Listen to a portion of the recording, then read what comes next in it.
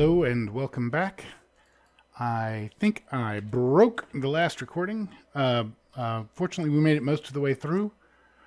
I'm going to reopen the project and we will hopefully not see too many differences. Quick review. We have quick keys here that's producing the MIDI signal. That goes straight through Afro Keys Lite and into the audio output. That's one path.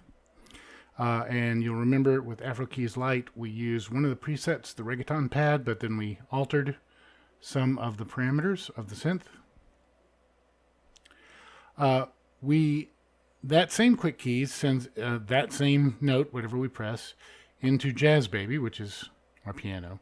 But then we use the trickery we developed 1 or 2 videos ago to change the timbre of the sound. So instead of a percussive piano sound, it's a little more of a rising, ringing bell sound, sort of an ambient kind of bell sound. Let's hear that.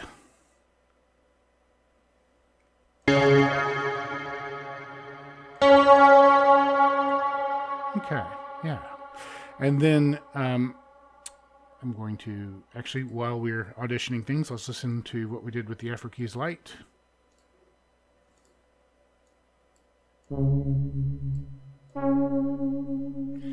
Now this does not have much reverb. We used the built-in reverb, but not very much of it. So we get a nice sustain while we're holding the key down, but not a lot once we let it go. That's fine. So put together, the two are going to sound like this.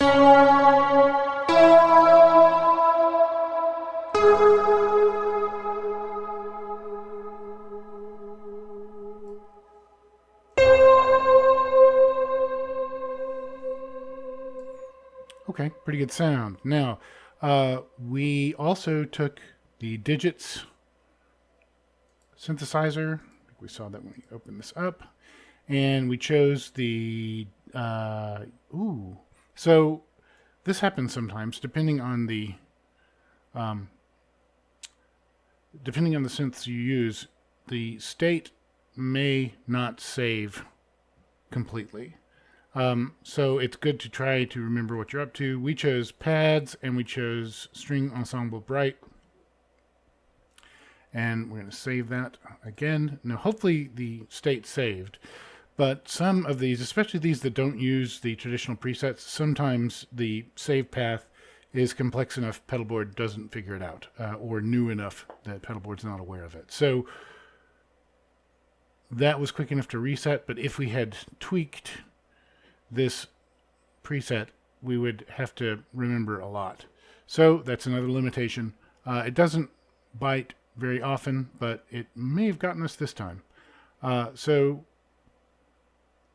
this gives us a nice sound, but what we did was we quickly put a Randarp in front of it and a chordator in front of that and quick keys in front of that. The Randarp was playing half notes and of varying lengths,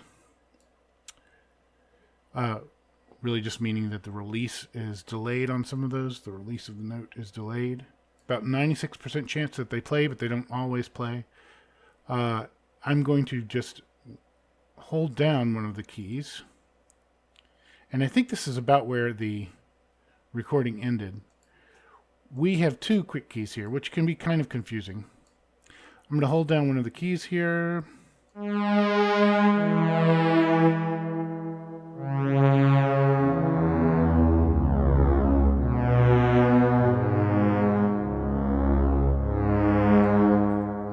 I like that. That's a nice sound. So if we latch this and then I hit a key, it will start playing. And then I will very clumsily attempt to manually play with the mouse some of the same notes, or at least notes in the same chord. We'll see how these 2 different sounds interact. Let's try it.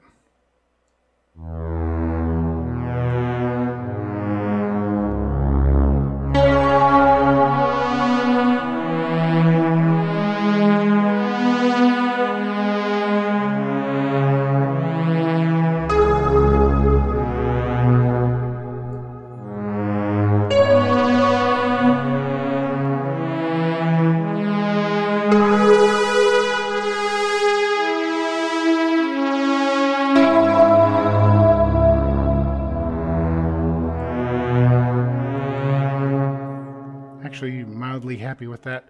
So anyway, that is a way that these two different timbres that we've built can work together to sound quite nice. There's a lot more we can do to get them bouncing off one another a little bit better, to make them play a little bit more nicely together.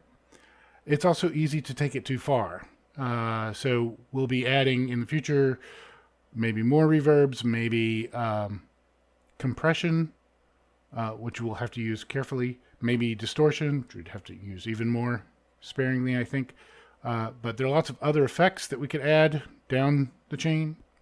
And then we don't have any percussion. We might want to add percussion to this. We might want to add other elements, other melodic elements to this. But hopefully you can see that what we've done here is take a few sounds, one of them very simple, the Jazz Baby sound, and this one has no parameters, but we dressed it up with a lot of effects to make a really new sound reasonably quickly. And then if you have a really nice synth like this Afro Keys Lite, it has a lot of parameters built in, it has some effects built in, so you can make a really cool sound with this, maybe without any effects. In fact, we did not use any effects in the chain. And then with digits, we did something similar. That might sound even cooler if we put it through reverb, but since we were using this as a sort of slow rhythm, playing the half notes, to me it sounded very cool unaffected. But if we were to put these together with the automation, or at least the generation techniques that we learned last time, we could have a real, fairly mature piece of euphonic generative music. You can see that you can play along. There's some things we can do to make playing along a lot easier, including MIDI input or even audio input. So I need to show you that. I need to show you how to build these things together. Hopefully, though, this is a good introduction to a lot of what you can do with pedalboard. You can do probably even more of this with a product called Carla that is also open source, also free. It's made by KX Studios, so I hope that we can get into that too. I'm probably going to take a break on these videos, at least for a little while, but if I get some feedback and people tell me what you would like to see more of, less of, however, be happy to make some attempts along those lines. I hope this was fun. I hope you enjoyed it. I apologize for the broken bit at the end of the previous video and rushing to this one, but I'm glad that we got most of it done, and now you can see how it all ties together. I look forward to doing some more. Thank you guys. Have a good night.